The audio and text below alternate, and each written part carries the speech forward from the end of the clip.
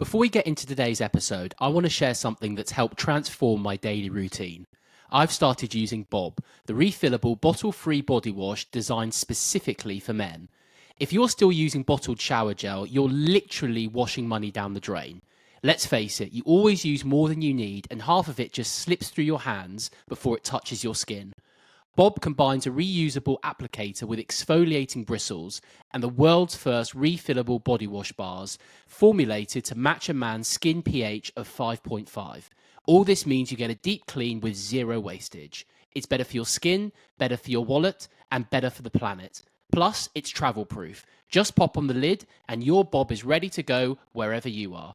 For an exclusive 15% offer on your first order, head over to welcometobob.com and use the code meaningofmen15 at checkout.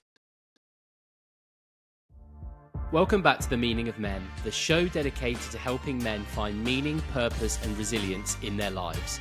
I'm your host, Simeon Atkins, and today we're exploring what it means to rebuild your identity after losing everything you thought defined you.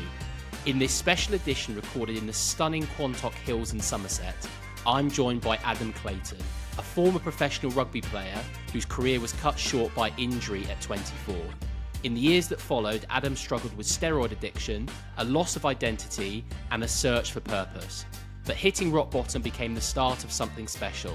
Adam now runs APEX Everest, a powerful community helping people conquer their own seemingly insurmountable challenges through real conversations, shared experience, and physical endurance. Let's get into it. Well, Adam, here we are in the beautiful Quantok Hills in Somerset. Very, very different settings where I normally record these episodes. It's great to be out here though, isn't it? Exactly, it is indeed, yeah. I saw it's probably a little bit less uncomfortable to what you're used to, my friend. But yeah, to get you in the great outdoors, it's, yeah, I just love it out here. It's a great place to be. If I was meeting you for the first time, how would you in a few sentences describe who you are? Very good question. I guess a family man. I think that's kind of the first thing that comes to my mind. 3 young kids, obviously that's my why, that's my kind of everything. I think I'd like to think I'm fairly resilient in terms of life that's taken different directions over the past few years, or 10 years, shall I say. So yeah, I think family is definitely the one thing that comes up if I was kind of describe myself. We're going to be talking a lot about APEX and this amazing community that you've created here and the journey really that's led you to this point in your life as well. What do you hope that people take away from our conversation today? Belief. I think if there's one word or one kind of line, I think it's belief. It's having that belief in yourself, or that confidence in yourself to say yes to things that you probably wouldn't have done so out of the norm, basically. You're a former professional rugby player back in the day. Take us back to that point in time. Was it something that you always dreamed that you wanted to do? Was it something you fell into and when you discovered you were good at it? Like, take us back to that point in your life. Yes, I mean, I started playing when I think it was 7 years old, and I loved football as a kid, and I didn't want to play rugby. And I remember vividly, I think I was 7 or 8. My dad dragged me onto the rugby field. I was kicking and screaming and crying like a poor 7 or 8 year old boy. I do not want to play this sport. I want to go and play football. And that was, I think it's because I was never really good at football here. It's like, let's try rugby. Let's try something different. So, and yeah, I never really looked back since then. I think over those years, I was never a raw, natural, talented rugby player. I had to work on it quite hard. And then I got into, I guess, 9, 10, 11, early teenage years where I started to I guess, love the sport. And then I realised that, okay, I want to be good at this. I'm going to have to develop my skills. So I worked tirelessly hard on that. Was always kind of first on the rugby field, last off, that kind of mentality. And then I got to 16, 17 and 18, and that was when the opportunity started coming up. You know, you could actually become a professional rugby player. So I had to work very hard in those days. But yeah, to led to having my first contract on the table when I was 17 years old. And who were you playing for back then? So I was at school in Somerset at Millfield, very kind of sporty school. I know it well. Yeah, so I was very lucky to go there, had the opportunities there, and I signed my first contract at Bath. So there was good links into the scouts used to come down and watch us. I went to a few summer camps when I was 16, 17, and then got invited into the academy. And then after A-levels at 18, I had my first full-time academy contract, which was a 2-year deal, at Bath. So at that point, I thought, I've done it, I've made it, I'm a professional rugby player. But the truth of it is, it's very different once you go into that environment, and you're not getting paid a hell of a lot of money, but you are living your dream in that moment, and I was for those few years. How was it different to what you were expecting? It was different for me because my career was cut short at 24 through injury, so it didn't have the longevity that I was hoping for. I didn't have the career where I was hoping to have a good premiership career, then go and play for your country. I did well in the sevens. I played for England in the sevens, so that was a good accolade, I guess. But the environment, I think it's probably changed a lot now, but the environment was very cutthroat. It's very brutal. I turned up when I left Bath, I went down to Exeter, and I turned up at Exeter Chiefs, and the first day I walked into the dressing room, the director of rugby down there said, "You need to put on 12 kilograms." And that was it. That was basically then my next 12 months was I had to live in the gym, trying to put on 10 to 12 kilograms. And I achieved that. And then my contract wasn't re-signed, and I moved on to a different championship club. So it's very brutal, it's very cutthroat, but that is professional sport. And yeah, from the outside looking in, you never see that, do you? You just see the glamorous side of just running out onto the pitch and living out your dream. But obviously behind the scenes, there's a lot more going on. Yeah, exactly. And don't get me wrong, like I had 7 or 8 years in that professional game where it was my job, and extremely, lucky and blessed to have that. And I loved every second of it. But yeah, there are times, I guess, like in any career, in any job, there are times where you do question it. You do have your doubts. There are tough moments, tough conversations to have. And that's where you've got to have that, I guess, that resilience and that bit of tough skin. And that's probably what it taught me, is to never really to give up and just keep on going, no matter what people tell you. It's just to keep kind of step by step, keep moving forward. I think that's an important point. I think you've got to find the good in what you're doing, because there's never a perfect job where everything's going well. Even if you can imagine your dream scenario, there's always going to be challenges there. And I think it's just about understanding what you enjoy and trying to maximise that and focus on that as much as you can. What were some of the highlights in your rugby career? The highlights, I remember I mentioned on the sevens, I went over to Dubai. I was playing for like a young England Adidas team, and I think we got to the semi-final. We had Dan Carter as our water boy, and we were playing against Fiji. And that is some water boy. Unbelievable, yeah, because he was sponsored by Adidas at the time, so he was our water boy. So that was incredible. Was he as good a water boy as he was in number 10? No, he was a bit slow, to be honest. So playing in Dubai, it was hot. I needed water quicker. And then that was playing against Fiji, and one of the 7 stars I always looked up to was Serevi, and he was playing. So that was a really cool moment. I did a lot of travelling. I went to kind of Kenya, Bahrain, Dubai, a lot of these cool places, South Africa, Australia, to play rugby. So I had a lot of opportunities around that as well. And probably one other moment would be actually winning a promotion from the National League into the Championship. It's like you've worked so hard for a season, and you see the rewards, and you get promoted up into the Championship. That was a good moment. Who was that with? That was with Birmingham's Solihull Bees, so the old Pertemps Bees back then, and then I spent 3 years in the Championship with Bees, and at the end of that final 3rd season is when I got ruptured my ligament in my knee. So that's kind of the end of that career. Yeah, take us back to that moment in time. Alluded to it before, 24, when you had that injury. What happened, and subsequently after that, what was the process after that? Yeah, so like I said, I just done 3 tough seasons at Bees. I was playing week in, week out, and my career was, it was I was about 24. I was actually developed as a rugby player then in that professional game. Had a few good offers on the table, and after that 3rd season, and then stupidly, I went over to Kinsale to play in the Sevens tournament, and I hadn't signed a contract with anyone because I was weighing up my options.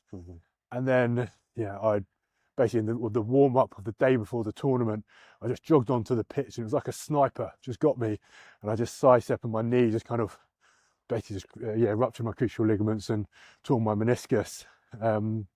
So I didn't really realise it at the time, because the physio then just said, look, we think it's probably 4 to 6 weeks. I didn't play that weekend, but I didn't really do the correct protocols straight after an injury like that. I basically went on the piss for 4 days instead of playing.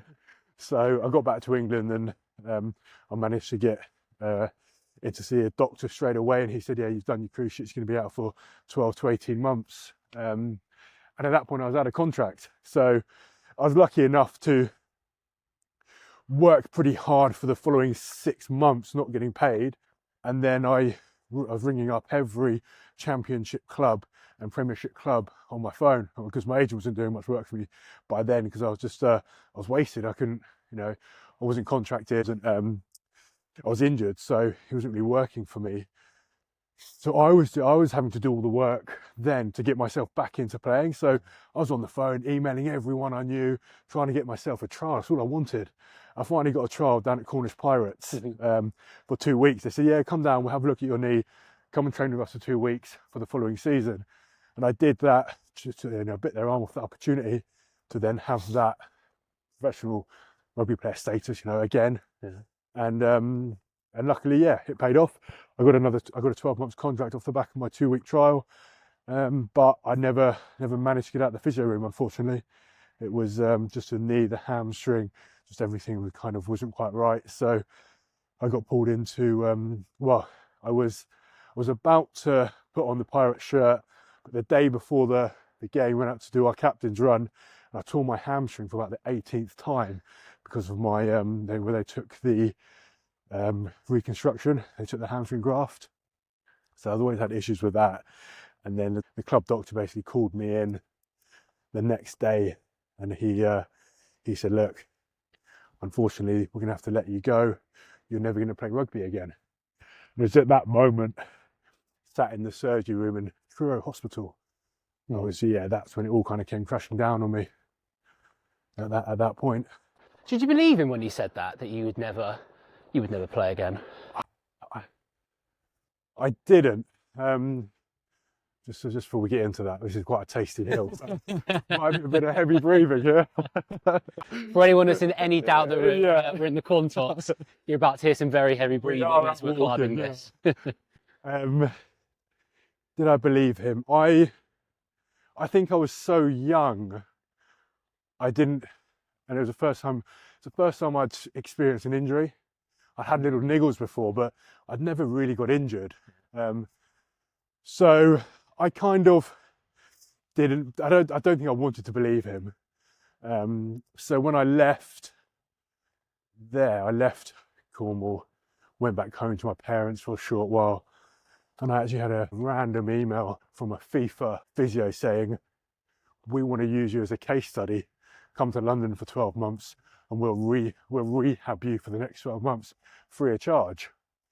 So again, I jumped at that, moved to London, was working with these FIFA physios, and then on the back of that, I actually did get playing again, and I had to drop down a few leagues, and then just started enjoying rugby. It was never professional. I guess it was kind of semi-pro because I was getting paid. Went down to that National 1 level, National 2, and then dropped down further as the years went on, as I got older. And yeah, I could never play like I used to play, but it was just nice to go back out there and enjoy rugby again for what it was, not being professional, I guess. Yeah, I mean, I never reached anything like the levels you did, but athletics when I was growing up was what I was really passionate about. And when I went to uni, I just went through a cycle of just getting injury after injury, and I actually had the opposite. I kind of retired myself. I remember the conversation very clearly. I knew at the time that was it, and I just had to find a different path. And I think I tied so much of my, at that time, identity and meaning around athletics because it was such a massive part of my life. Like, how did that impact your own sense of identity and purpose, I guess, in terms of what you were going to do for the rest of your life? Yeah, it's so true, and as you experience it with the athletics, I guess it's that sport element, but also it is who you are. That's all I knew. It's all I wanted to be since kind of 8-9 years old as a professional rugby player. I had that opportunity then for 8 years, as that was my identity, that was my status. And then suddenly for it to be taken away, then yeah, 100% it was all lost. And that's probably when, not realizing it at the time, but I was probably very lost as a human. And it probably took me a good 10 years to then actually start talking about it, start opening up, and really understand the impact that that had on me. Which is not, that's more recent over the last couple of years for me to actually do the work on myself to realize what that impact had. And unfortunately, I did find I was searching for something else, which led me to find a different identity.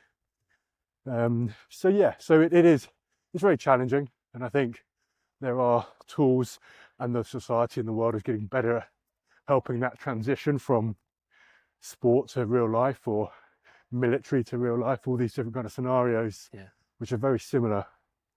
But yeah, still work to be done, I think, in that area. You had a challenging 8 years post-retirement with steroids. Can you again take us back to that point? What first got you into using steroids in the first place? Yeah, so the reason for starting was I was told that HGH, human growth hormones, take that and it'll make your knee better. That was a simple terminology that I was told. And that was from basically someone who was selling steroids in the gym, because he saw me as, make a few bit of money off this kid. So I did that. I started taking HGH, and then he was like, why don't you start taking this and test and Anabol and, all these different kind of supplements. And then before I knew it, I was injecting every other day of the week. I was fully immersed in this steroid world because I'd almost found a new identity quite quickly. Right. I was big, I was strong, I was in good shape. It was a talking point.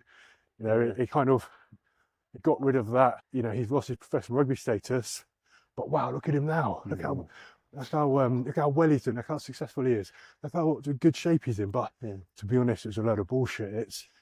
It was a mask. I still had that athlete mask on, and I was covering up, and it was all a secret. I didn't tell anyone. And this was in the period where I told you I'd dropped down a few leagues and I was still kind of playing. Yeah. And it was that bad, I'd go into the toilets before a game and inject myself with testosterone. And it was all hidden in my rugby bag in my kit. So it's a very dark period. It was a living in a lot of lies, a lot of secrecy, which in the end, over kind of that 8-year period, it was tough towards the end of that. But fortunately, it was when I was probably at my lowest, and it got me to stop, and it all kind of, I guess, rock bottom at that point when I did come off the steroids. It's really interesting that you were talking there about it almost being a bridge to another identity. I've not really considered it like that before, but because I think men, we are just so driven by this sense of identity and meaning and purpose, that I guess if you've got something like the steroids that can potentially be that bridge to something else, I can see how that could be very quickly something that you would be relying on, because that's what you're looking to strive for, and this is what's helping you do that.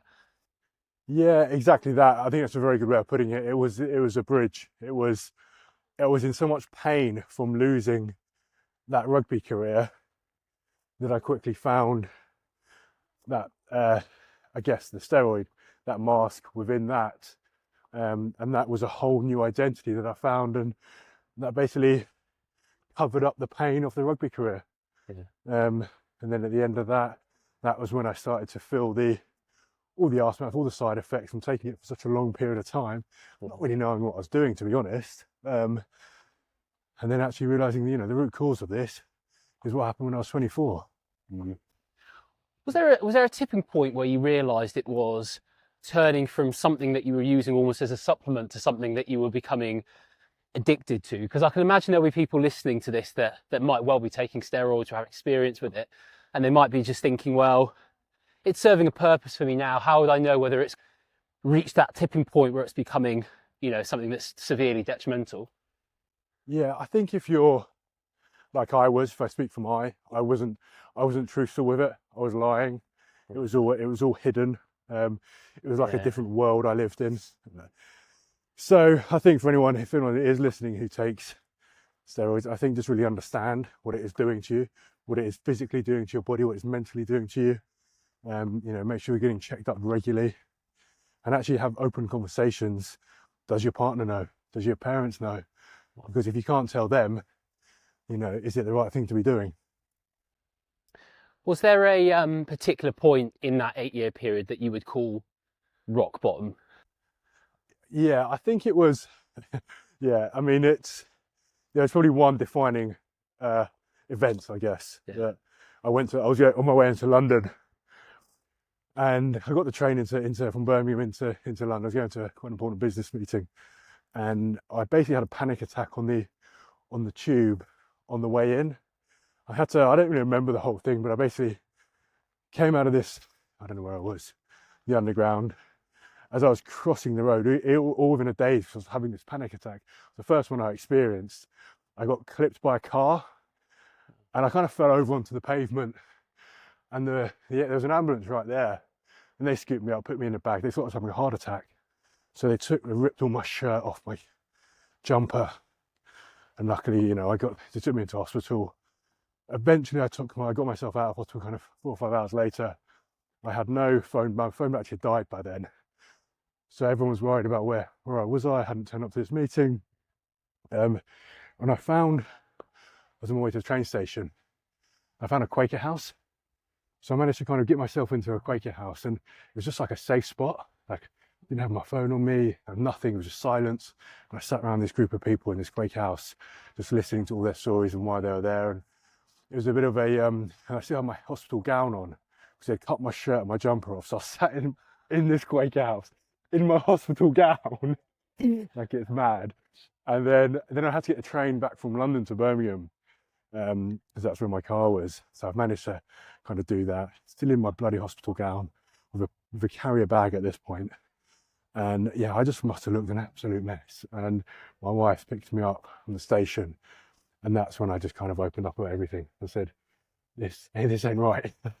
So that was probably the rock bottom, the defining factor of, like, at that point, I had to start talking about it. I had to start talking about the pain that I was probably internally around the steroids, which all led back to that rugby career. But yeah, I laugh about it now, but I must have looked like like mentalist, kind of walking around this Quaker house with a hospital gown on, a Tesco's carrier bag with a sandwich in it. It's just mad. You couldn't write it. No, exactly. Yeah. So, and that's kind of led me onto where we are now and where we are today. If you could go back and have a conversation with your 24-year-old self, so at that point where the rugby career had finished, before you got into the steroids and everything that sort of preceded that, what would you tell that 24-year-old self with the benefit of hindsight?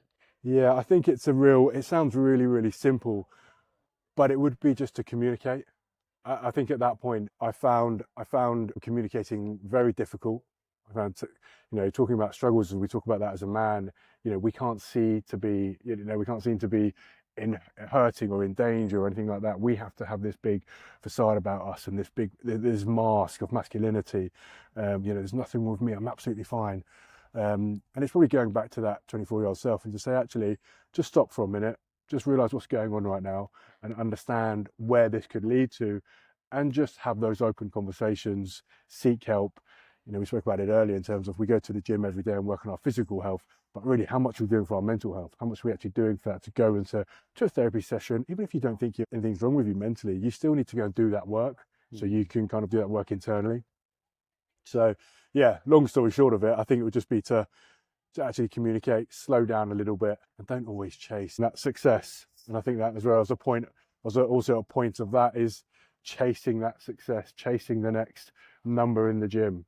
Can I bench press 150 kilograms? I was always chasing that next goal. So, and really, do we need to be doing that? There's a balance there. I've definitely got to a point in my life now at 36 where I'm really starting to realise that point. I think, if I was going back to my 24-year-old self and I could see where I am now in terms of the family that I've got, the job that I've got and all that kind of stuff, I'd be just rubbing my hands with glee, just thinking, well, job done, life complete. And you get to that stage and you just, you're always still wanting the next thing. You're always kind of striving. And I don't think there's anything wrong with having ambition. I think that's fine.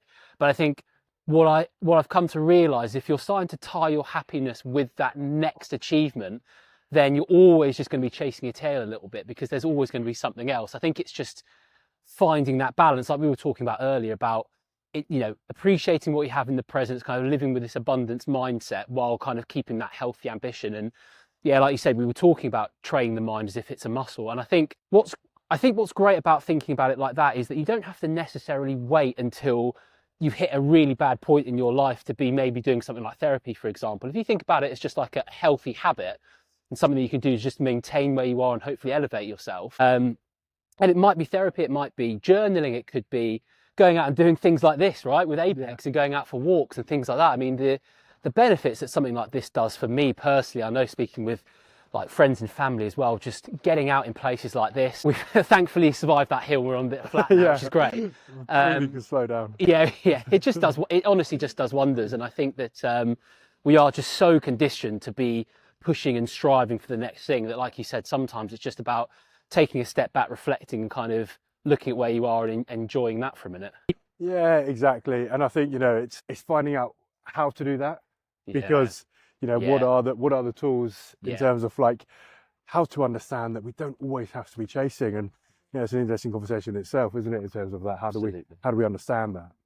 Yeah, I think that is a really good point, and that's a real skill, because it's easy to say it, but it's another thing to actually put it into practice. And I think you just need some of that life experience as well, right? I think it's difficult as a, you know, someone in their early 20s to really appreciate that. I think you do need to go through some stuff to actually really appreciate that as well. And you just get to a certain stage in your life where you realise it, and hopefully you can share some wisdom with others. So talk to us about APEX, how it was founded, why it was founded, and really the mission that you're on with this.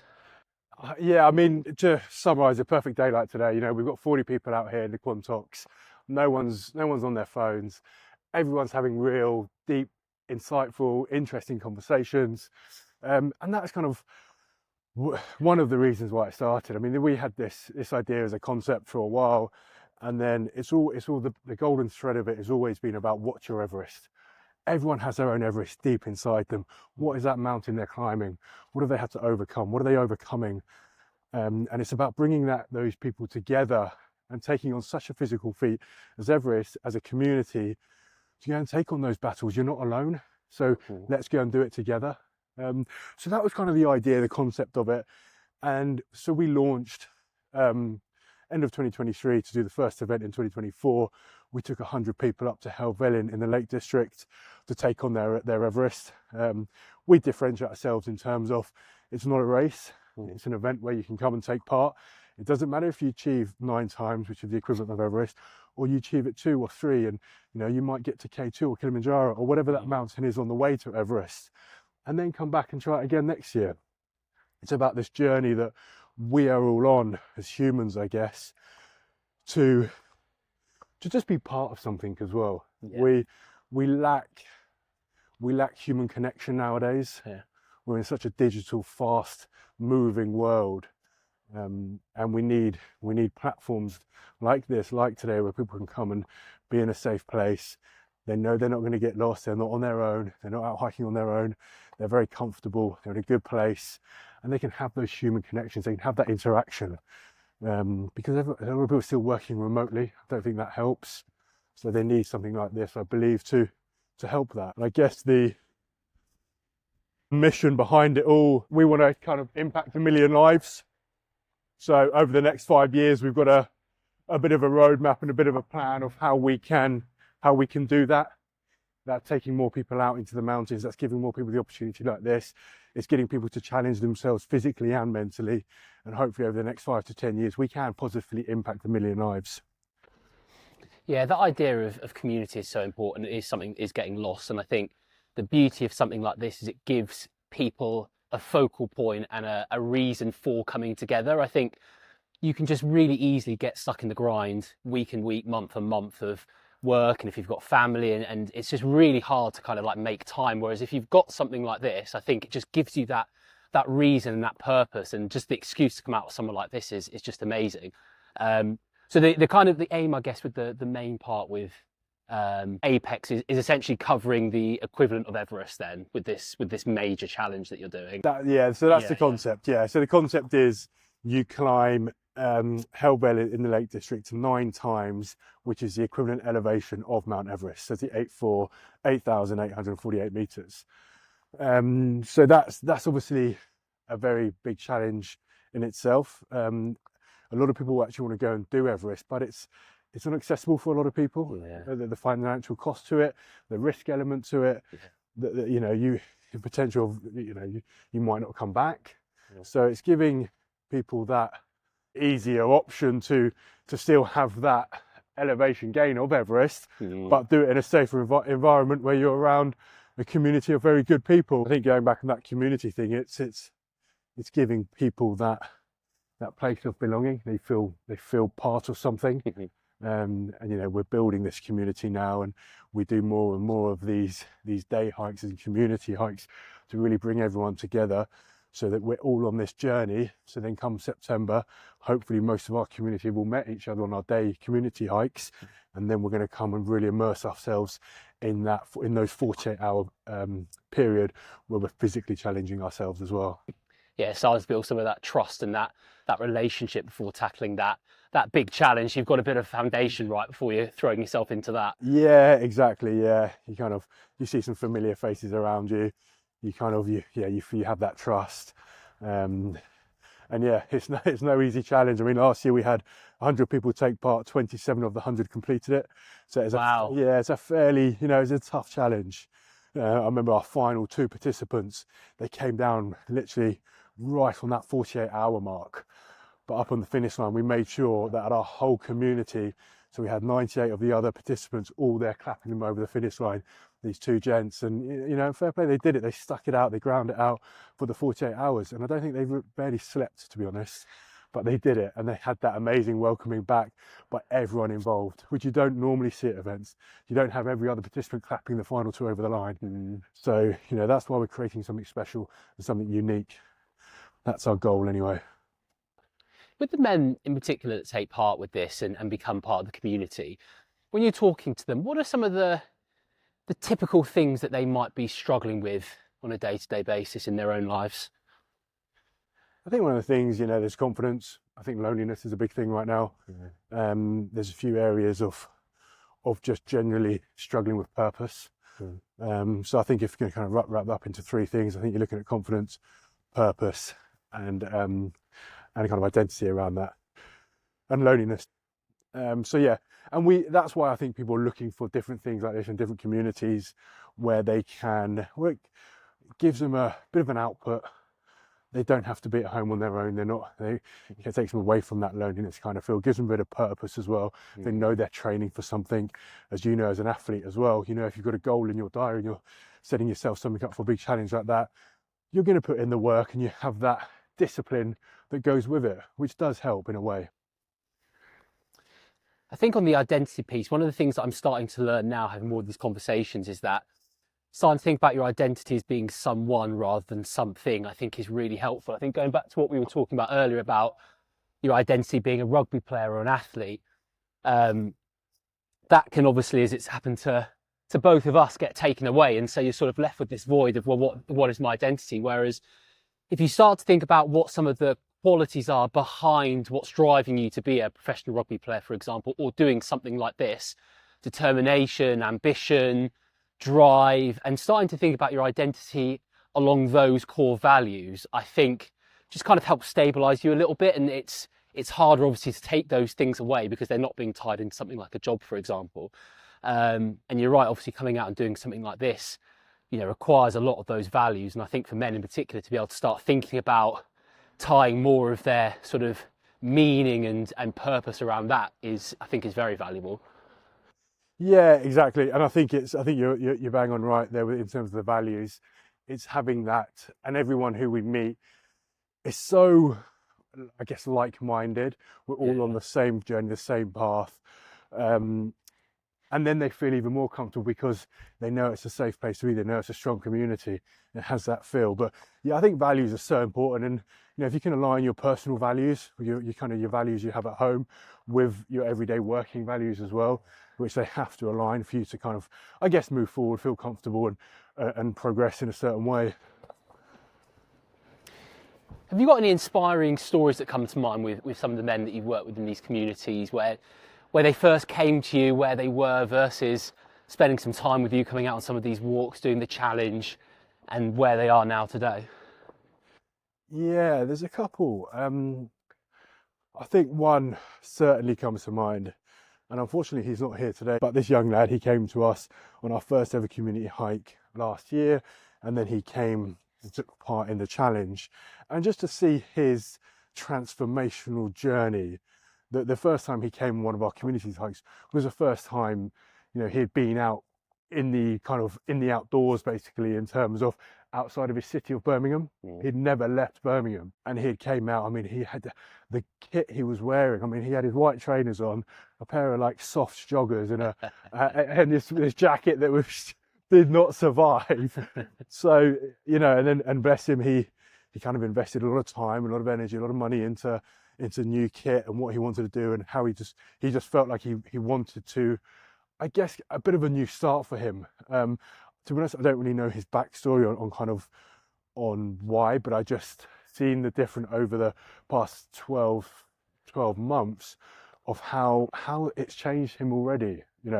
From a young kid who came to us with a pair of white trainers to now trying to take on an Everest challenge, with his proper kit on, a lot more confident. He's actually out and about talking. He feels safe in big groups, because that was one of the things he felt very scared about, is actually coming along if it was a big group. So we made him feel safe around that. And it's just, I guess it's also, why I personally enjoy it. I personally enjoy working with individuals to help in that kind of sense, to help them kind of put themselves in sometimes uncomfortable positions, take themselves out of that comfort zone, because that's where we grow outside of our comfort zone. So it's kind of personally a bit of a passion there, is helping individuals kind of grow as well. What would you say to someone that's listening that might be interested in something like APEX, but just fundamentally is lacking confidence, just doesn't think that it's for them, although they're curious about it? Or if someone that's listening that knows someone that would really benefit from something like this as well, and they want to think about the right way to have a conversation with them about getting involved, what advice would you give there? I think it always goes back to that point at the beginning, is about belief. You can do anything if you put your mind to it. You don't have to go for the big 9 times that is Everest. It's about saying yes as well. A lot of times we say no before we even get to the start line. We've doubted ourselves so much. We've put so much fear into ourselves, or people around us have said, no, you can't do that, and they've shut us down quite quickly. I think if you can sound out, all of that noise outside of you, and just have that internal belief that, yeah, you know what, I can go and do this. I can go out on a hike and meet new people. I can go and take on an Everesting challenge. It is in there, because we all can. We just say no too early. And it's having that kind of, that belief in us that, anything is possible. You just got to give it a crack. And I genuinely believe there's no failures. You're just learning lessons all the way. So it doesn't matter if you don't complete it. It's just another lesson learned. You can come back and you can try again. Yeah, I think some of that is tied into the fear of the unknown, and that comes back to like safety mechanisms around it's comfortable doing what you know and what you can do.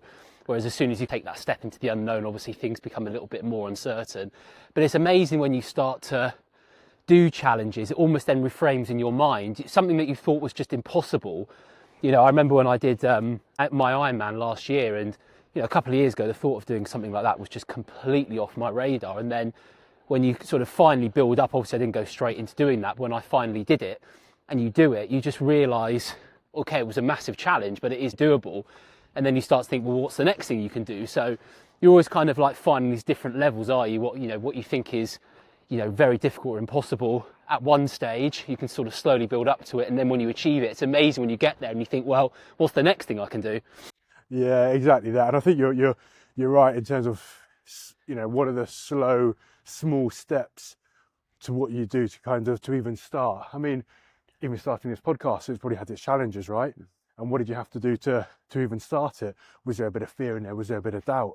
There's all different things, but you've done exceptionally well to go on to season 2 now, because you started, you said yes, and you gave it a crack. So yeah, I do genuinely believe that is a big part to play. But the whole confidence thing as well. I know this sometimes it is easier said than done, but if you're around the right people, if you surround yourself with good people who want to also better themselves, who want to have that growth mindset, then that does also make it a bit easier. So, and again, sometimes they're hard and difficult conversations to have if you do need to look at new friendship groups. But sometimes it's the right thing to do. And, you know, doing something like an Everesting challenge, APEX, you know, there will be sweat, there will be tears. You know, it is a tough challenge. But, you know, that immersive experience, you come away from that and you feel alive. You've been outside for 48 hours. You've physically pushed yourself as hard as you can. You've mentally gone to places where you didn't even know you could go to, and you've gone beyond that. And you come away just feeling like a whole different person. Do you think there's some self-healing in here for you as well, this journey now that you're on with Everest and seeing everyone else develop? Do you think that that's almost going back to your 24-year-old self and starting to heal some of those wounds as well? Yeah, I think so. It's probably something that is naturally more and more coming out of me now. Is seeing, and you know, you've probably hit the nail on the head with that, because it is probably still a bit of a healing journey. I always have, you know, I do still think about it now. You know, what if I didn't go to Kinsale? What if I didn't get injured? What if I signed a contract before I went? And all these what ifs still play in my head. And would I have ever made it into an international status? I don't know, and I will never know. So I think it is certainly helping that transition, I guess, and you know, really understanding that, you know, I just have to be okay with that now. I have to see it in the past. I have to kind of let it go. But seeing people now on their own journeys, their own transformational journeys, and what they've had to overcome, listening to other people's Everests and helping them overcome that. You know, we've had some horror stories within our community in terms of, we had someone who'd lost their husband, and I think, you know, they found out, I think 4 weeks before he actually passed away, that so she had 4 weeks left with her husband after just getting married. So, you know, all these stories that come from our community that, you know, they're not nice things, but we have that platform, we have that ability, we have that community now to help people overcome their own personal Everest. I think that's a great point, because it's very easy sometimes to get stuck in the past, and you know, you get to a certain stage in your life and you look back and you think, well, what if I'd done this? What if I'd tried that? What if I'd gone in this direction? And obviously, as you said, you never know what's going to happen. But I think the point is, you can use some of the experience that you've had to go off in a different direction if you want and start something new. I think I'm starting to think about life as less of a straight road and more of a road that, you know, you're always going to be veering off and taking turns and trying something new and developing. I think that's one of the beauties of life. I don't think you need to feel that because you're at a certain stage in your life now and you're doing something, it doesn't mean that you can't try something new or go down a different avenue. You don't need to be stuck in the past thinking, well, I wish I'd done this 5, 10, 15, whatever it was years ago. And I think you're a brilliant example of that. And I would argue that the experiences that you went through have probably been fundamental in terms of setting this up and being able to do it in the way that you have, because you're drawing on a lot of those experiences to be able to now give into this and grow this community. Yeah, I think that's very true. I think sometimes we can get stuck in, this is the path I'm on, I'm not moving, but the roads, unfortunately, life's not like that. 100%. There are so many twists and turns, and we don't know what's around the corner. We don't know what's going to happen tomorrow. Let's be honest. I mean, it's, you know, we can't control everything. And it was always one of the big things I liked, the philosophy I like to use in rugby: control the controllables. You know, we can't control the ref, but we can control that our bag is packed the night before. We can control we're going to turn up the right attitude, the right mindset. We've done the work in beforehand. So yeah, I guess my life's never been straightforward. I don't mind taking risks. I don't mind saying yes to things. Some good and some not so good, I guess. The older I get, I hope the better decisions I make. Yeah, you and me both. Yeah, exactly. So yeah, it's never straightforward though, and I think we just have to, like walking, one step in front of the other and just keep going as much as we can, because at the end of the day, you know, life's here to enjoy. So we've got to try and take the small bits and really enjoy what we can out of it. Adam, my last question for you today. What message of hope would you give to someone that's listening to this right now that is facing their own seemingly insurmountable Everest, whatever that might be in their own eyes? What's one message of hope that you would give to them to take away today? I think it's just take that first step forward. Whatever it is, I mean, I've been through some very difficult times, some very challenging hurdles to get over, whether that was losing my professional rugby career, losing my identity, having a terrible, terrible addiction to steroids.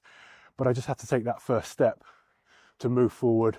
And I truly understand that anything is possible if you really kind of want it and believe it and have that mindset that you can do it, that you can go out and do your first 5K, you can then eventually go and do your 10K and your ultra and then get up to Everesting. You just got to take those small steps forward and start making those right decisions. And like we said, it does come with a bit of life experiences and age, I guess, but anything is possible. Adam, thank you so much for your time today, and thank you so much for having me on this.